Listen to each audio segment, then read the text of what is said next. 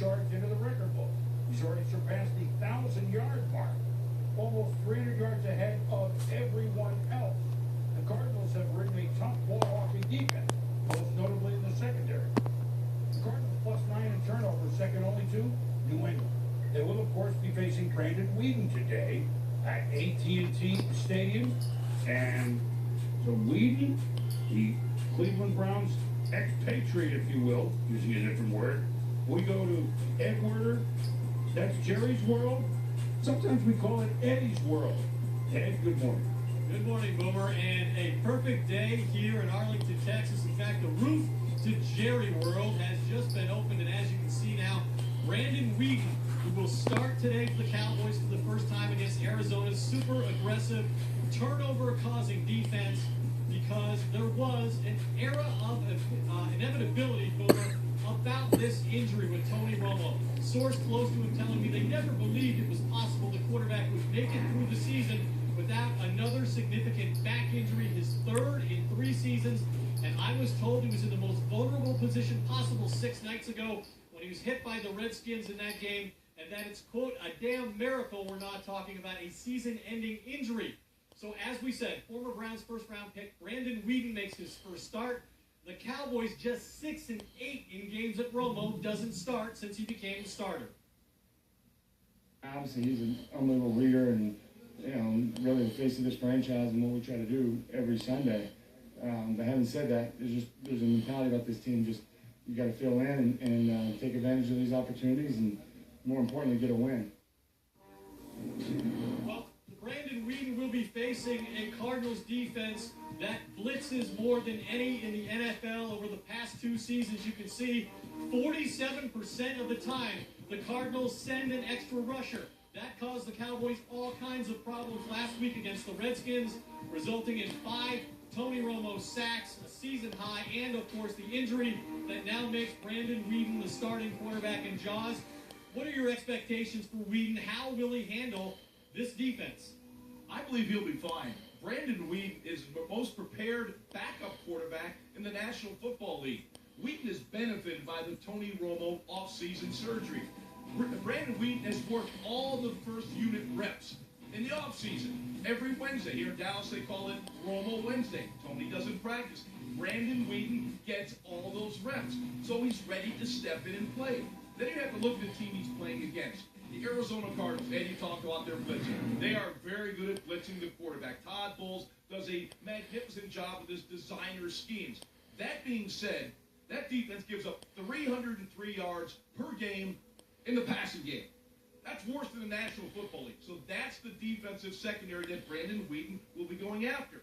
So when you look at it this way, if the Dallas Cowboys can give Weeden time, I think he exploits the secondary of the Cardinals. Well, I talked to Weeden late this week, and he said they do cause havoc. They do make the quarterback move his spot and throw from unexpected locations. He's going to have to make quick decisions, but the Cowboys coaching staff believes he's capable of it, that he has a chance because the Cardinals behind the blitz are playing man-to-man coverage, not the kind of zone schemes that tend to confuse quarterbacks who aren't on the field very often. Now, for more on the decision the Cowboys made to put Tony Romo back in that game against the Redskins last week, presumably after he suffered those 2 fractures in his back, let's go back to the studio. More now. And as you know, part of that conversation was because Brandon Weeden took the Cowboys down for 2 scores in the 2 possessions that he had against the Redskins.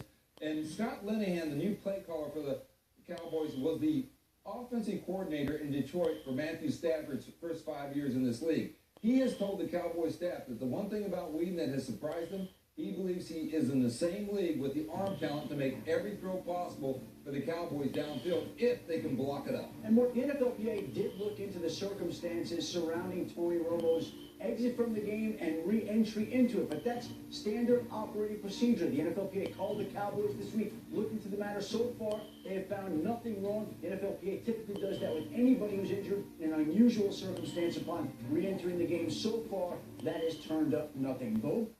All right, fellas, thank you. Well, so Brandon Weeden, by the way, we should know Dustin Vaughn, in case something happens to Weeden, West Texas A&M, that would be the next quarterback. But it's Weeden, and we can go anywhere we want. How will he do? He certainly, that was a great point by Ed.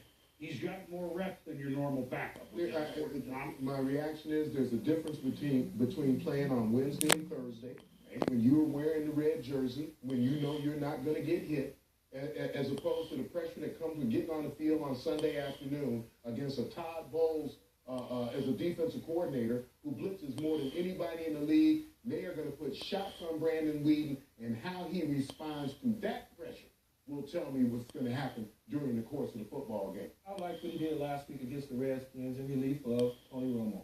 Okay, they had 2 scoring drives. Play selection was 50-50, 6 runs, 6 passes. But they got to rely on DeMarco Murray here. If they can do that, then they'll have an opportunity. If not, Brandon Weeden will be sitting back there like a duck.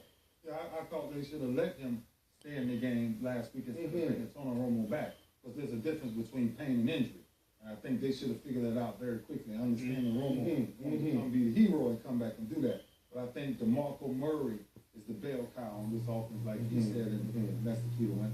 As an organization, if you have a backup quarterback that you don't think you can win with, shame on you. One thing you need to watch is Dallas has been very successful because the receivers, they haven't had a lot of opportunities, but they've been really quiet. Now, the tendency is when you have a backup, you get a little more vocal. Hey, man, you need to watch me on this when they call the play. Now, so watch that. Desmond and Terrence Williams have been very, very patient because they have a winning formula. Now, when you have the backup in, do we start to hear the chirping in the ear of the quarterback? Something to keep your eye on also, something to keep your eye on. Maybe more important if they're not as explosive. 15 turnovers, Dallas, in the 8 games. That's 2 games. Careful against Arizona.